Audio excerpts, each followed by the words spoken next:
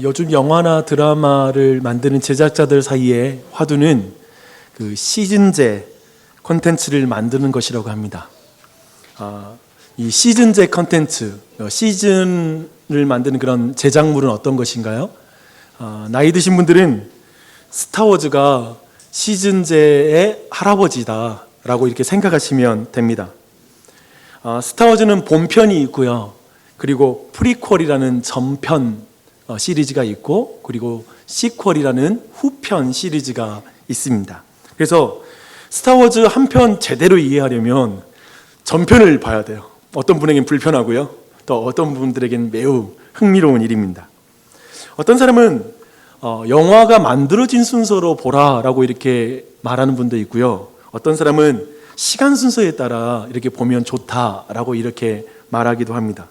근데 여기에서 질문이 있습니다. 사람들은 왜 이런 시즌 제작물을 좋아할까요? 한마디로 말하면 사람들은 거대한 이야기를 좋아합니다. 위대한 이야기. 하나의 세계관을 따라서 과거와 현재와 미래를 함께 볼 수 있는 거대한 이야기를 통해서 하나의 역사를 느끼는 걸 요즘 사람들은 굉장히 좋아합니다. 그게 굉장히 기쁜 것이죠. 이렇게 해서 그것을 좋아하는 사람들을 일명 덕후라고 부릅니다. 오다쿠라는 일본 그런 원어를 이렇게 덕후라는 말로 이렇게 표현하는데요, 한마디로 매니아가 됩니다. 그걸 굉장히 좋아하는 것이죠. 거대한 이야기에 빠지는 것이죠. 성경을 보는 것도 이와 비슷한 부분이 있습니다. 오늘 우리가 살피는 오순절 성령 강림 사건은 하나로 이렇게 떼어서 이 부분만 읽어서는 안 됩니다. 왜냐하면 이 사건 자체가 과거와 연결된 사건이고요, 그리고 미래와 연결된 사건이기 때문에 그렇습니다. 문제는 드라마의 경우, 영화의 경우에 사람들은 시즌제 컨텐츠를 굉장히 좋아한다는 거예요. 그런데 성경은 그렇게 보는 것을 별로 좋아하지 않습니다. 왜냐하면 굉장히 그것이 좀 어렵고 귀찮은 작업이라고 생각하기 때문에 그렇습니다. 그냥 오늘 보는 그 본문에서 느껴지는 것을 보려고 하는 경향이 굉장히 강해요. 사실 이런 경향은 한국교회에 매우 익숙한데요, 큐티가 우리에게 보편화되면서 이 경향성은 강화되었습니다. 앞뒤 문맥 상관없이 오늘 내게 주신 말씀이 뭐지? 라고 그 본문만 따로 떼서 보는 성경 보는 독법입니다. 그러나 사실 그것은 굉장히 많은 사람에게 유익보다는 때로는 그것이 우리에게 신앙 성장에 방해가 될 때가 있습니다. 아마도 이런 형태의 절정은 뭐냐면 송구 영신예배에서 뽑는 올해의 말씀, 그 한 구절, 뭐 앞뒤 문맥 상관없고 내가 너를 사랑한다, 올 한 해 동안 하나님 사랑하셔, 마치 이런 식으로 그 본문을 떼어서 보는 것이, 물론 그것을 무조건 우리가 비난할 수는 없겠지만 그렇게 성경을 보는 방법은 우리의 신앙 성장에 결코 유익하지가 않습니다. 그렇게 성경을 보면 어떻게 될까요? 그렇게 성경을 볼 때 나타나는 현상은 성경의 거대한 이야기, 곧 인간을 구원하시는 영원하신 하나님, 위대하신 하나님을 보는데 어려움을 느낀다는 것입니다. 자꾸 그렇게 보지 않고 마치 요즘 클립으로 많은 걸 보고 빨리빨리 잘라서 많은 보는 영상에 익숙하면 길게 뭔가를 보는 게 어려워지잖아요. 그것처럼 성경을 자꾸 쪼개서 보기 시작하면 그 위대한 하나님, 거대한 역사 속에 흐르는 하나님이라는 큰 하나님을 만나기가 어렵습니다. 위대한 하나님의 장엄한 구원의 역사를 성경에서 발견하지 못하면 쉽게 말해 그 사람은 하나님의 예수 그리스도의 제자로서 살아가는데 큰 어려움을 경험하게 됩니다. 그런 의미에서 저는 성경을 볼 때 시즌제를 보듯이 여러분이 봤으면 좋겠습니다. 여러분, 시즌제 그 드라마나 영화를 좋아하는 사람이 얼마나 열심히 있는지 모릅니다. 최근 이제 곧 시즌 4가 등장하면 1부터 다시 봐요. 때로는 시즌 4를 보고 나서 그때 이게 연결되는 것 같은데 하고 과거로 돌아가서 또 봐요. 이걸 굉장히 반복합니다. 덕후죠. 정말 매니아입니다. 성경도 사실 그렇게 봐야 됩니다. 오늘 본문이 사실 그런 본문입니다. 정확히 말하면 오늘날 모든 시즌 컨텐츠가 가진 모든 문학적인 장치와 방법들은 성경 안에 다 있어요. 사실 성경이 모든 시즌제의 근원입니다. 그래서 신약을 볼 때 구약으로 돌아가야 돼요. 이 모든 걸 우리는 자세히 볼 수 있죠. 오늘 본편은 사도행전 2장 1절에서 13절의 내용인데요. 이제 성령 하나님이 기도하는 제자들에게 임하시는 역사적 사건이 오늘 우리가 읽은 말씀입니다. 사람들은 성령으로 충만하여 다른 나라에 말을 하기 시작합니다. 근데 그들이 갈릴리 사람이기 때문에 그것을 보고 있는 유대인들이 깜짝 놀랍니다. 사람들은 자신들이 지금 보고 있는 일들의 그 현상을 도저히 이해를 못해요. 이게 무슨 일이지? 이때 베드로가 등장해서 구약 성경 곧 과거로 돌아가 그 모든 일에 대한 설명을 해줍니다. 이것을 굳이 말하면 프리퀄이에요. 전편을 말하는 것이죠.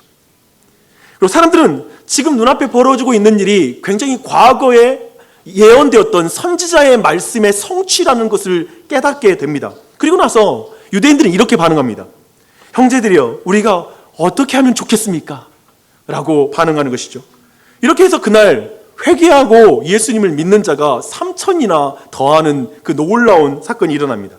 이렇게 예수 그리스도의 공동체가, 성령의 공동체가 만들어진 것이죠. 이후에 43절부터 이제 성령님이 일으키신 교회의 역사가 어떻게 진행됐는지가 사도행전 내내 그 내용이 이어집니다.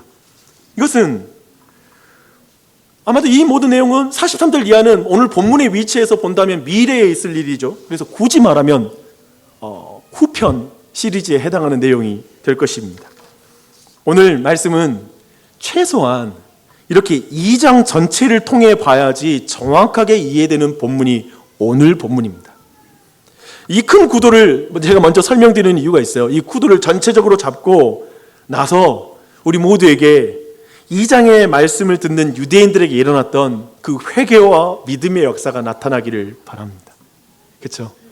은사만 경험하고 회개 안 하면 안 되죠. 그렇죠?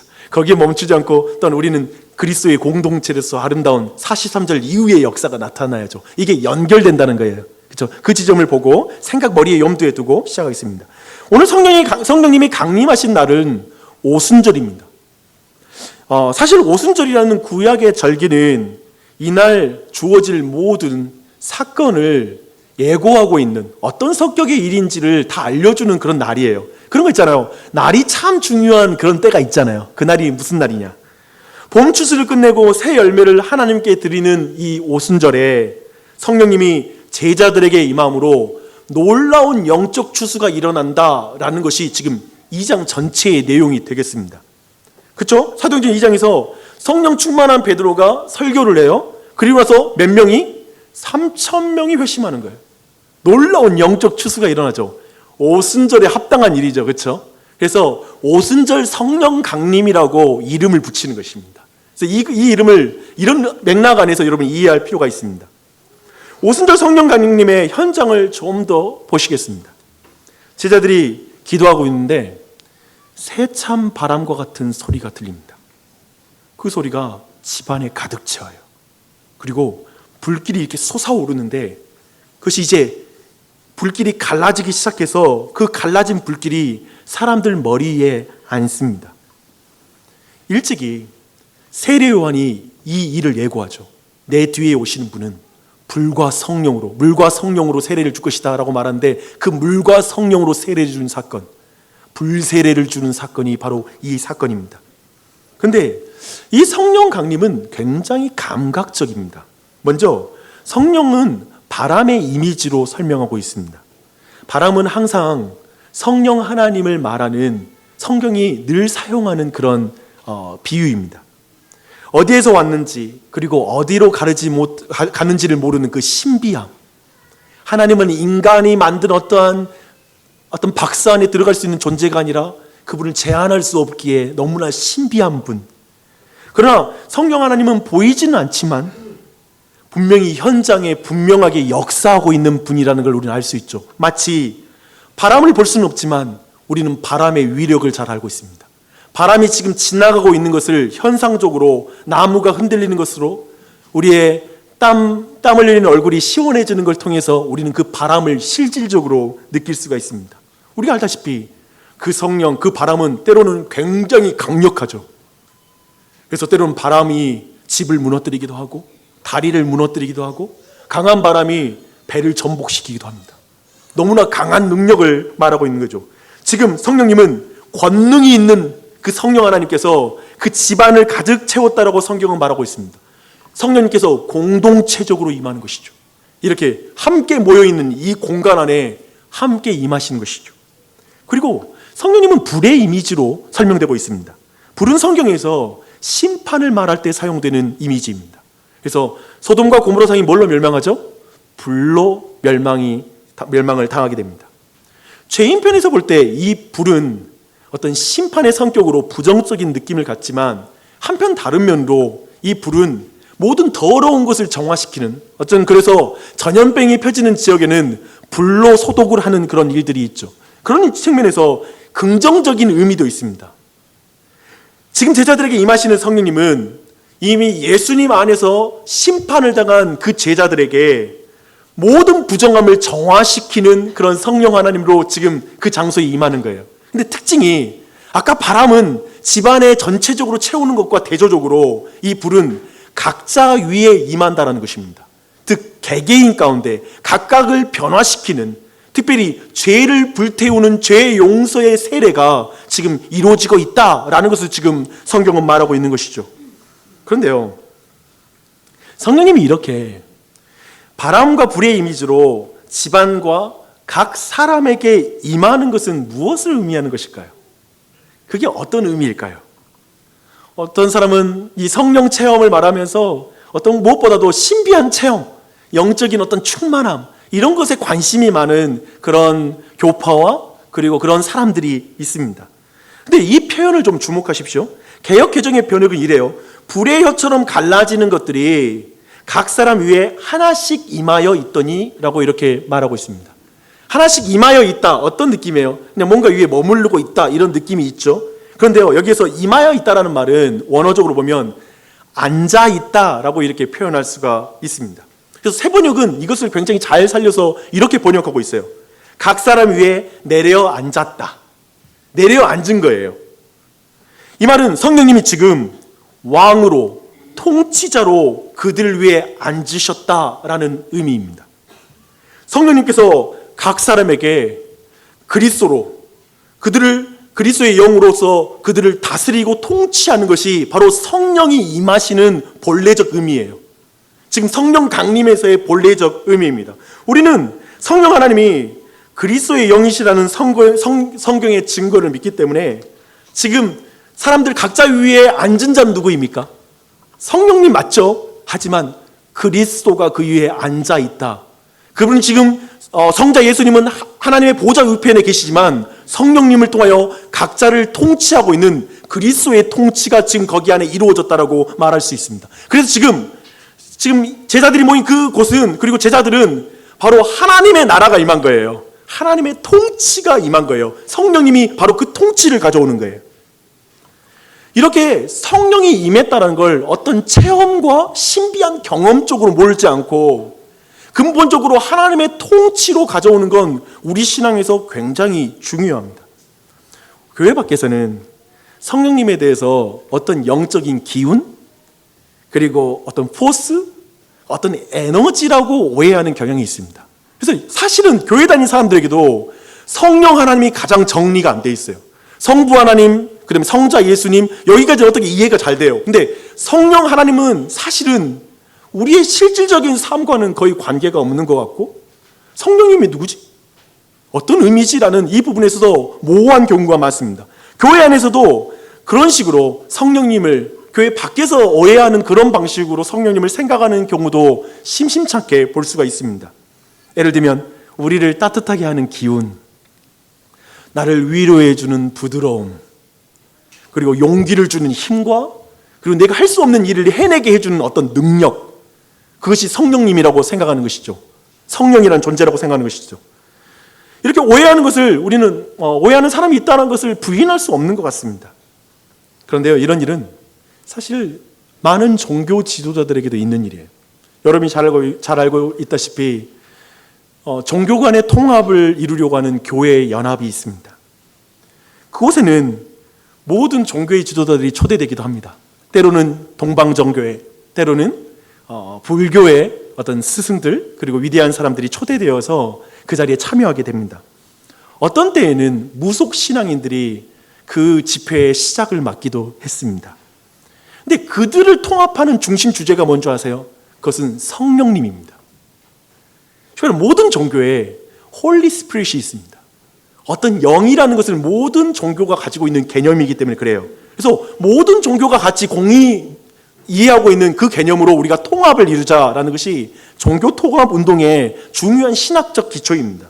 그래서 성령, 우주의 기운, 내면의 신성한 빛, 포스와 같은 용어만 다를 뿐 이 모든 건 성경이 말하고 있는 성령님을 말하고 있는 것이다 라고 이렇게 이해하면서 그 모든 통합을 이루려고 하는 것입니다.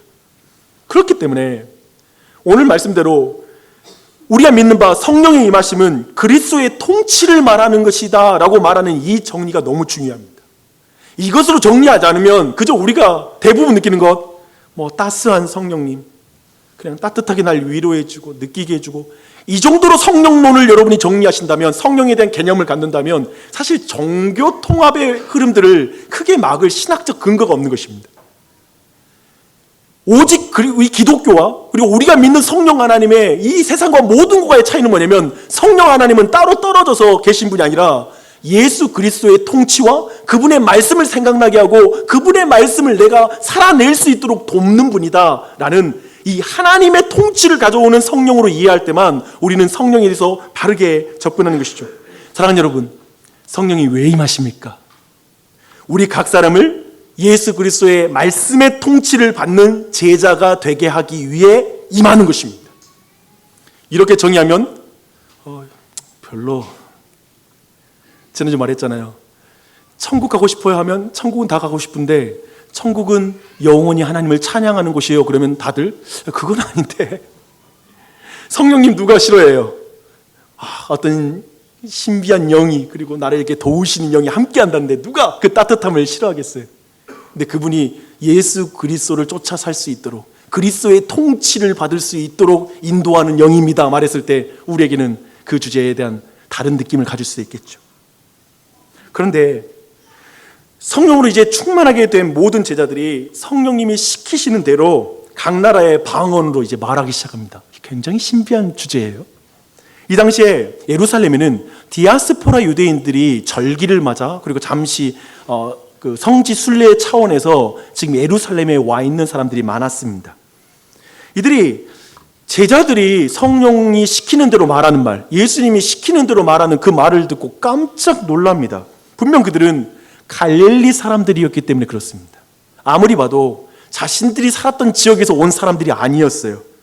네, 그들의 입에서, 갈릴리 사람들의 입에서 바데 사람, 여러분 아는 이름 있는지 확인해 보세요. 바데 사람, 메데 사람, 엘림 사람들, 메소포타미아, 유대, 갑바도기아, 본도, 아시아, 부르기아, 밤빌리아, 이집트, 리비아의 지역, 로마로부터 온 사람들, 그들의 말이 터져나오고 있어요.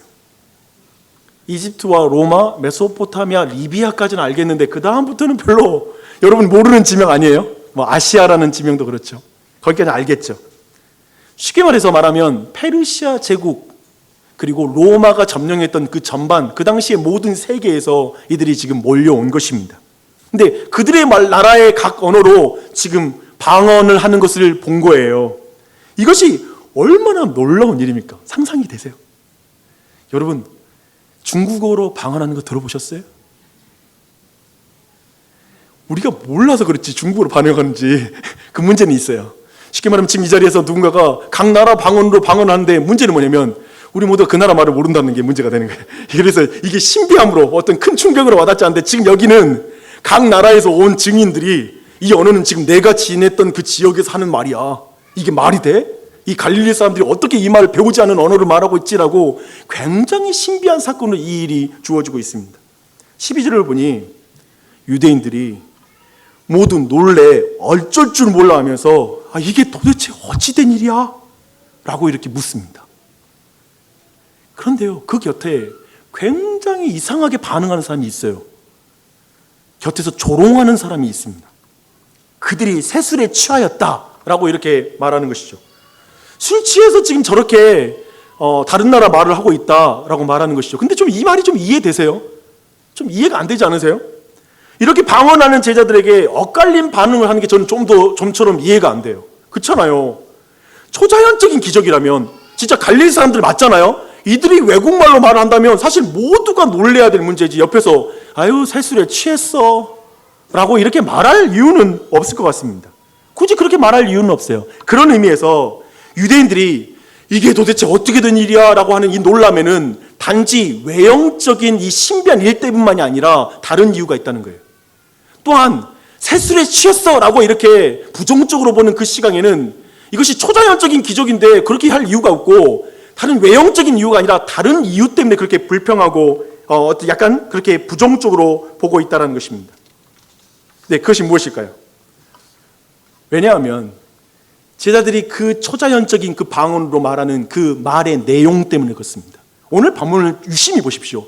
하나님의 큰 일을 말하니 그들이 놀랍니다.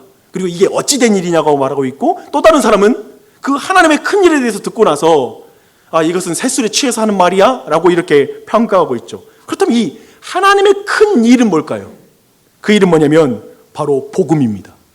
예수 그리스도의 복음, 예수 그리스도의 오심과 고난당하심, 그리고 십자가에 달려 죽으심과 부활하심, 그리고 하늘로 올라가심, 그리고 지금도 하늘에 계시사 지금 너희들이 보고 지금 듣고 있는 성령을 보내주셨다라고 말하는 이 전체가 성경이 말하고 있는 하나님의 큰일입니다.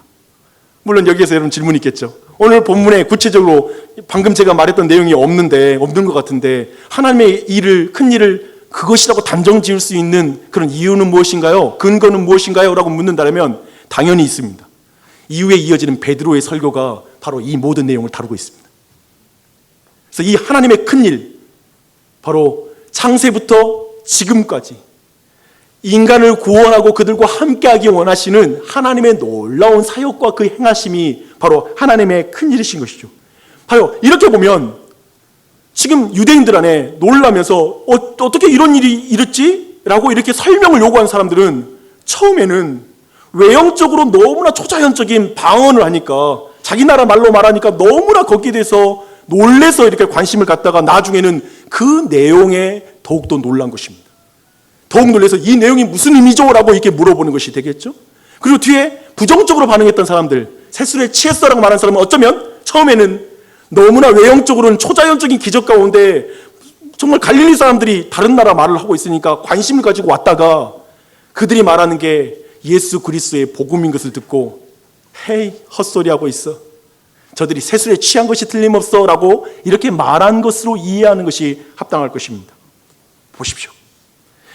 근데 이제 베드로와 열한 사도가 세술에 취했다라고 말하는 이들에게 먼저 시간을 언급하면서 이렇게 반론합니다.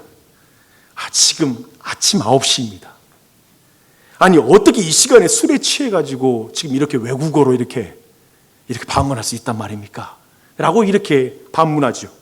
그리고 나서 베드로는 지금 그 앞에 있는 사람들, 자신들이 성장한 그 지역 방언으로 하나님의 큰 일에 대해, 도대체 이들이 지금 우리나라 말로 말하는 이 하나님의 큰 일에 대해서 설명해 주십시오.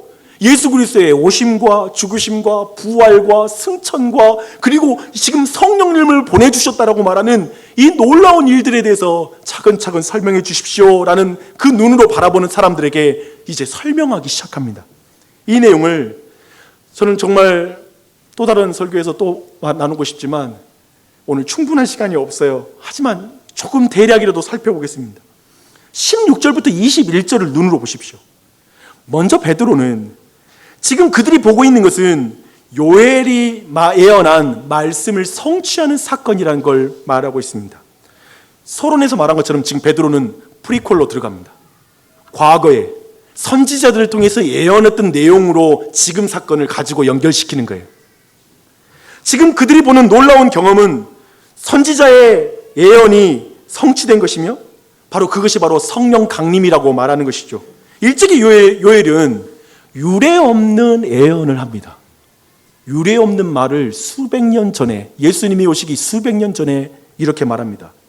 요엘서 3장 17절 18절인데요. 하나님이 그의 신을 만민에게 부어줄 것이다. 그리고 모든 세대에게 남녀노소 신분에 관계없이 하나님을 그들이 알게 될 것이다 라고 말합니다. 즉 성령님이 임하시면 하나님을 알게 되는 시대가 열린다라고 말하는 것입니다. 매우 넓고 보편적인 은혜가 임한다. 이제 이스라엘 안에만 갇히는 것이 아니라 모든 민족에게 하나님의 영이 임하고 그로 말미암아 그들이 어떠한 신분과 상관없이 하나님을 알게 되는 그런 새로운 시대가 열린다고 말합니다. 은혜의 계시 시대. 즉 계시란 하나님이 자신을 드러내는 것인데 이제 성령님이 임하여서 하나님을 마음껏 알아가는 새로운 계시의 시대가 열린다고 말하는 것이죠. 이렇게 지금 방언이 이렇게 만민에게 하나님의 복음을 알리는 새로운 계시의 시대를 알리는 사건이라는 걸 말하고 있는 거예요. 지금 눈앞에 그 일이 있잖아요. 제자들에게 임하여서 각 나라의 방언으로 말하는 이 일이 바로 성령이 임해서 요엘서 말씀대로 성령이 임해서 이 일을 하는 것이다 라고 그 사건 자체를 쭉 설명해 주는 것입니다. 그렇다면 이 설명을 들으면 여러분이 유대인 마음으로 어떨 것 같아요? 유대인들의 입장에서 여전히 그들에게 남는 게 있어요. 뭐가 있냐면 정말 예수님은 그리스도가 맞는가? 메시아가 맞아? 그렇다면 그는 왜 죽었지? 그가 죽었다라는 말은 하나님께 버림받았단 말이잖아. 이 문제가 해결되지 않고는 도저히 이 사실을 받아들일 수 없어. 유대인들은 나무에 달리면 하나님께 저주받았다고 생각했거든요. 지금 그들에게 있어서 그가 저주받은 예수님은 분명히 십자가에 달려 죽었기 때문에 그는 저주받은 자인 거예요. 이 질문이 따르는 거예요. 근데 베드로의 설교를 보십시오. 놀랍게도 이런 논리적 구조를 철저하게 따라가요. 매우 논리적인 설교입니다. 22절로 24절을 눈으로 읽으면서 말씀드리십시오. 이 당시에 이스라엘 사람들은 참으로 예수 그리스도에 대한 소문을 익히 많이 들었어요. 그래서 그가 큰 권능과 기적을 행함으로 유대인 눈앞에서 보이게 행했기 때문에 그 당시 사람들은 예수님이 메시아라고 생각했어요. 그래서 많은 사람들이 실제로 예수님이 6월절에 예루살렘 성에 들어올 때 다윗의 자손 예수여 어서 오시옵소서라고 마라나타를 외치면서 그가 메시아라고 생각하면서 환영을 했습니다. 근데 그가 율법이 없는 이방인의 손, 본디오 빌라도의 손에 팔려 그가 십자가에 달려 죽은 거예요. 이때부터 이제 큰 문제가 논리적 문제가 생기는 거예요. 뭐냐면 모두들 이때부터 예수님을 메시아라고 생각하지 않기 시작했어요. 왜냐하면 메시아라면 결코 이방인의 손에 죽지 않아. 법 없는 자들에 의해서 죽지 않아. 그분 법을 만드신 분이야. 그분이 심판을 해야지 왜 그가 심판을 당하지? 예수는 결코 메시아가 아닐 거야 라는 그 생각이 그 머리에 꽉 박혀 있는 거예요. 베드로는 이 모든 걸 뒤집는 한 방으로 이 모든 논리를 꺾어요. 설교의 핵심이 이 모든 걸 꺾을 수 있는 한 방이 뭔지 아세요? 그 한 방이 뭐냐면 예수 그리스도의 부활이에요.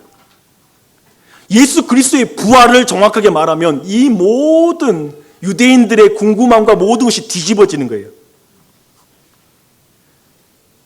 만약 예수님이 죽음에 갇히지 않고 부활하셨다면, 예수님이 무덤에서 시체로 썩지 않고 그 무덤이 빈 무덤이에 이 증거가 분명하다면 유대인들의 질문은 다 깨지는 거예요. 유대인들의 생각은 다 깨지는 거예요. 도리어 그 메시아인 분이 왜 십자가에 달려 죽었을까라고 질문하는 게 합당해요. 왜 그렇게 일하실까? 베드로는 예수님이 선지자 다윗의 예언대로 다시 부활했다고 말하고 있어요. 이게 다시 한번 프리퀄인 거예요. 구약으로 넘어가요. 그리고 이 일에 대해서 다시 한번 설명을 합니다. 시편 16편을 인용하는데요. 이것은 부활의 소망을 말하는 그런 장입니다. 27절, 시편 16편 27절에 이런 말씀이 있어요.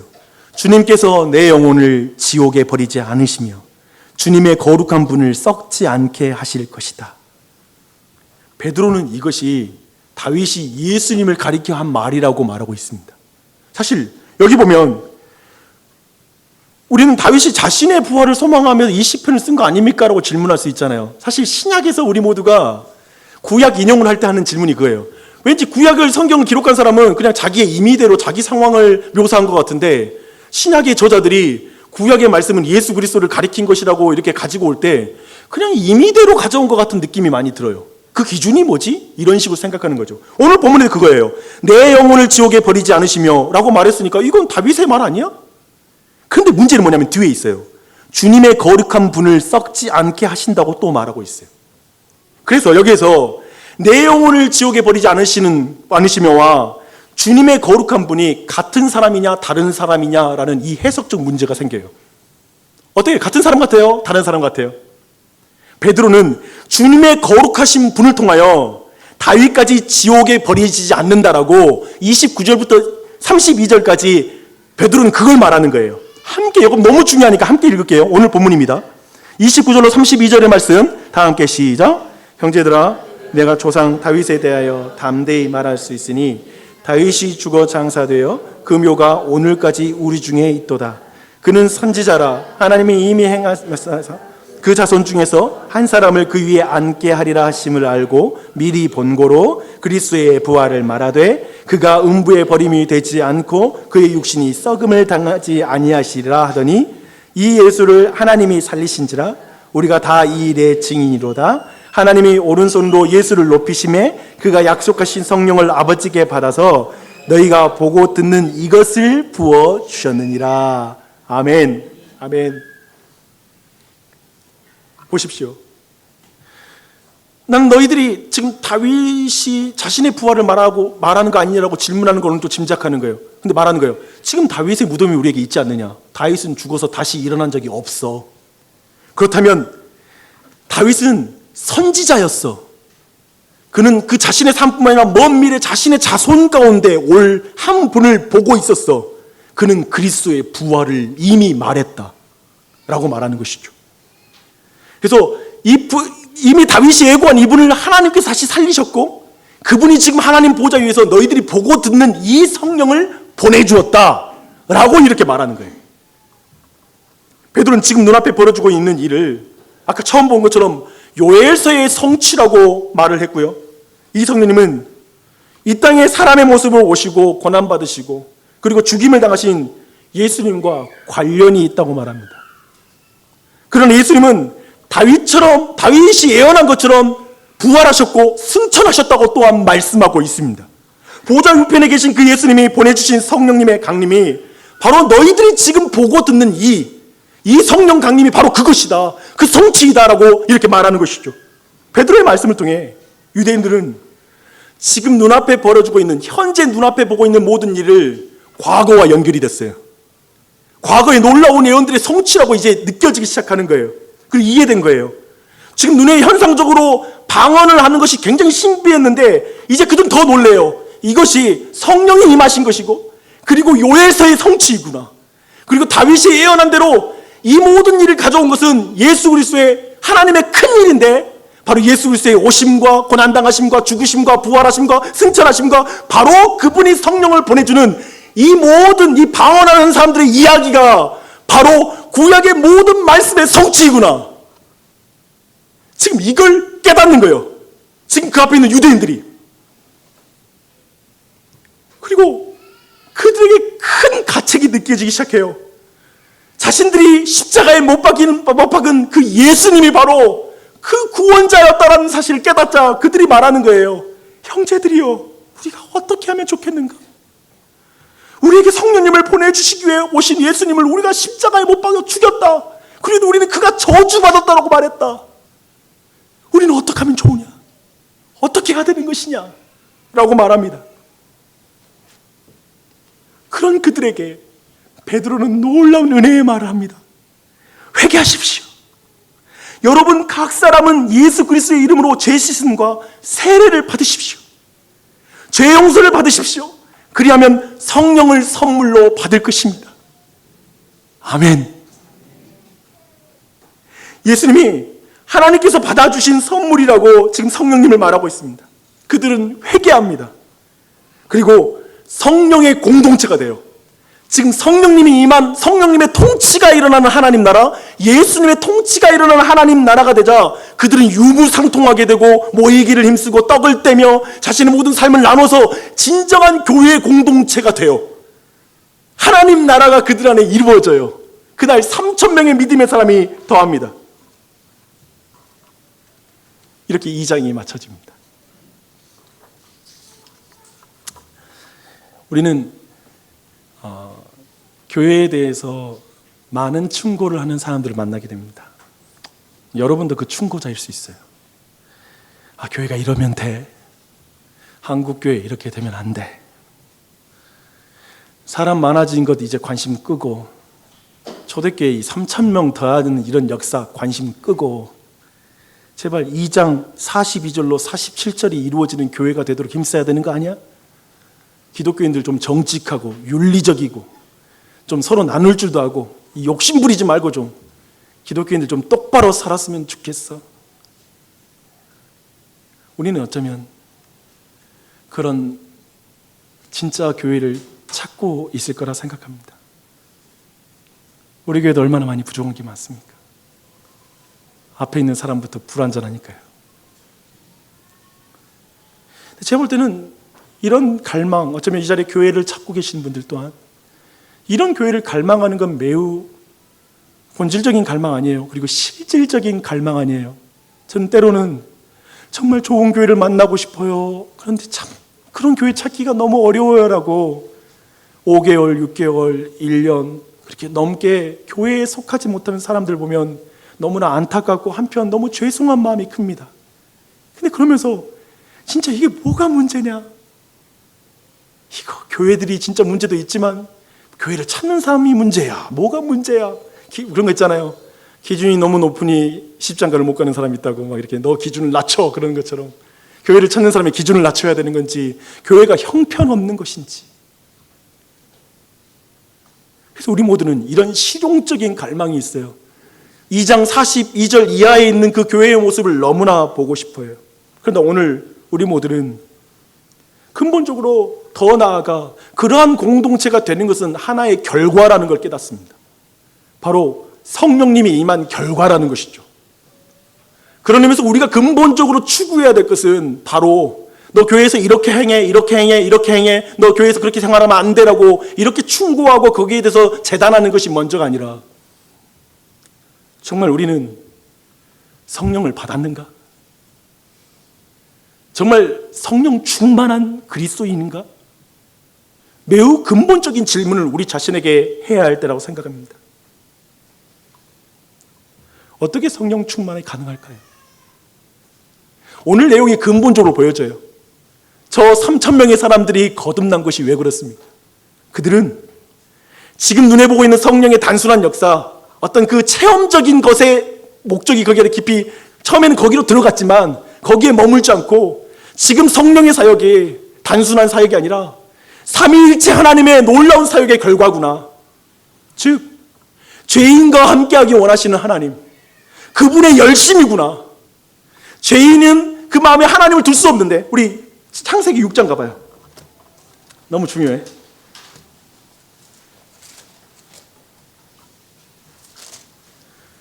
6장 3절 말씀 제가 읽겠습니다. 여호와께서 이르시되 나의 영이 영원히 사람과 함께하지 아니하리니 이는 그들의 육신이 됨이라. 그들이 육신이 됨이라. 그러나 그들의 날은 120년이 되리라 하시니라. 사람이 육신이 되자 성령이 그 안에 거하지 않는 것으로 영원히 거하지 않을 거라고 말을 했죠. 우리는 결국 성령이 거하지 않는, 하나님의 원래 목적은 인간을 지은 목적이 태초부터 지금까지 사람 안에 거하는 것, 하나님의 영이 거하는 사람이 만드는 게 하나님의 목적이었는데 그 목적을 마치 포기하는 것처럼 느껴지는 말씀입니다. 그리고 우리는 이 결과가 어떻게 되는지 알죠? 이후에 11장에 보니까요, 이 사람들이 바벨탑을 쌓습니다. 그리고 그 바벨탑의 사건으로 말미암아 모든 언어가 뿔뿔이 나눠진다는 게 성경의 증거입니다. 오늘날 이렇게 언어가 많은 이유는 그 바벨탑을 쌓을 때 성령이 없는 자들이 자신의 이름을 내려고 자신의 노력으로 자신의 인생을 쌓았을 때 그 모든 것이 다 깨어지는 것. 언어가 혼잡하게 됐다는 건 통하지 않는다는 거예요. 소통이 되지 않는 것이죠. 그로 말미암아 깨어졌습니다.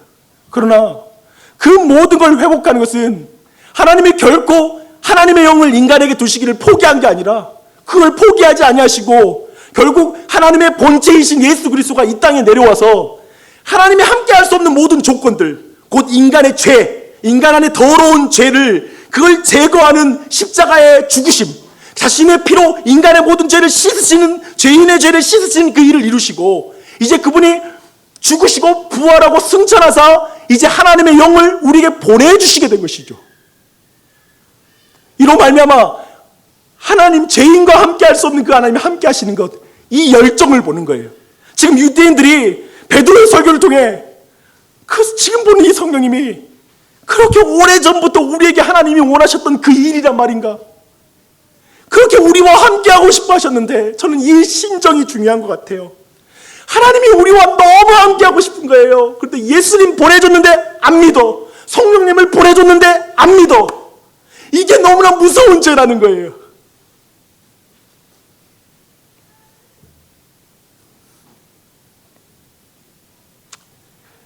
사랑하는 여러분, 사람의 명령으로 교회 공동체는 안 돼요. 성령님으로 공동체가 돼요.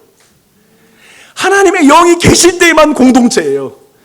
그저 우리의 계획과 우리의 젠틀함이 있는 곳이 교회가 아니에요. 인간의 생각이 있는 곳이 교회가 아니에요. 우리는 성령 받은 현상을 참 좋아합니다. 야, 아말감이 금리빨이 됐어. 금가루가 떨어져. 거기 가보자. 야, 가면 이런 치유가 일어나. 성경의 거대한 이야기를 알면 이런 말들이 분별이 돼요. 그렇지 않아요? 이게 성령의 사역의 그 본질과는 먼 이야기구나. 그런 것이 없다란 말 아니에요.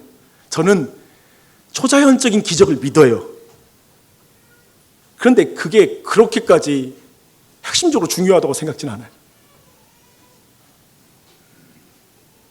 우리는 성령 충만 생각하면 능력이 생기고 생기 있어지고 뭔가 나는 행복해지고 우리 가정이 좋아질 거다. 그런 걸 기대합니다. 맞습니다. 그런데 도대체 우리는 어떻게 성령님을 참으로 만납니까? 그리고 우리는 왜 성령을 받습니까? 어쩌면 방언을 하는 그런 문제들은 지엽적인 문제예요. 도리어 이것이 가리키는 게 무엇입니까? 그냥 너 자신에게 이 성령 충만은 멈추지 않고 너에게 임한 하나님 나라는 예루살렘과 온 유대와 사마리아 땅끝까지 너를 증인으로 만든다.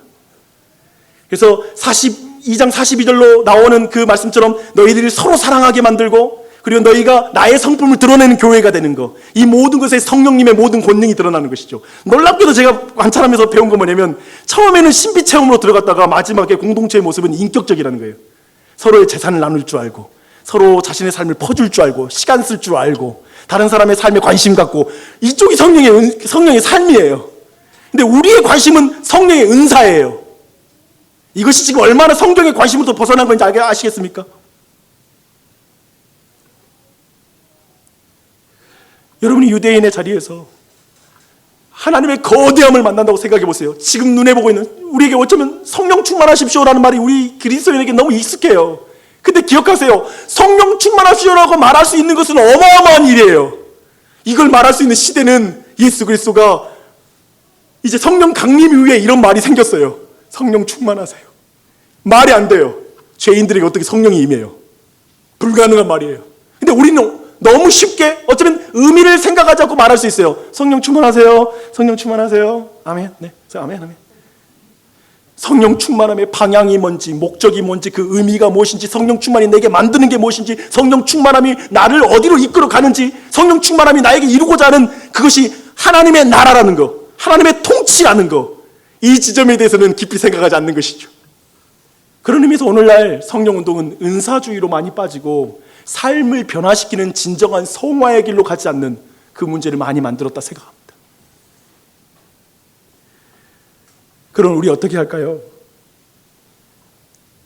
문제는 우리가 그런 하나님의 열심을 몰라보는 거예요. 그 거대한 하나님, 위대한 하나님이 구약과 신약, 예수 그리스도 오신 성령을 보내신 이 거대한 하나님을 못 보는 거예요. 잘라보는 거예요. 주일 설교도 내가 느끼는 게 오늘 뭐지? 오늘 별로 나한테 와닿는 게 별로 없는데? 모든 것이 내 중심적인 거. 하나님의 그 위대함을 보면 그 하나님의 위대한 그 하나님의 열심을 못 보는 것. 도리어 때로는 우리가 우리의 욕심에 이끌려서 죄를 짓는 것. 정욕 가운데 음란과 더러움과 이 세상의 정욕들, 안목의 정욕, 이생의 자랑들을 추구하는 것. 어쩌면 예수님을 또 십자가에 못 박는 듯한 그런 삶을 살아가는 것. 그럼 우리는 어떡합니까? 성경이 말합니다. 회개하라. 회개하라. 내가 용서할 것이다. 돌이켜라. 그리고 성령을 받으라, 성령 충만함을 받으라 라고 우리에게 요청하고 있습니다. 명령하고 있습니다. 사랑하는 여러분, 우리의 시콜이 있습니다. 우리의 후편이 있습니다. 성령을 받은 자로서 이제 우리가 살아내야 될 삶이 있습니다.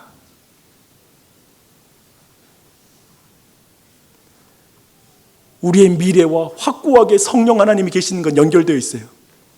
우리는 하나님을 믿고 성령을 받은 자는 영원한 생명이 보장되어 있습니다. 영생이 기다립니다. 확고한 미래입니다. 그러니 하나님의 나라의 백성으로 사십시오. 하나님의 통치를 받는 성령님, 예수님의 통치를 받게 하는 성령 하나님과 동행하며 그리스도인으로, 예수 믿는 자로 사십시오. 질병이 두렵죠.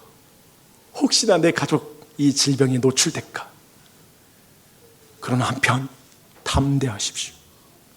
왜냐하면 우리의 과거와 현재와 미래는 확고하게 전능하신 하나님, 영원하신 하나님, 우리를 구원하시는 예수 그리스도의 복음 안에, 그리고 그 예수 그리스도의 복음을 통하여 성령 하나님이 우리에게 계심으로 우리에게 보장되어 있기 때문에 그렇습니다. 그 은혜 안에 담대하시길 바랍니다.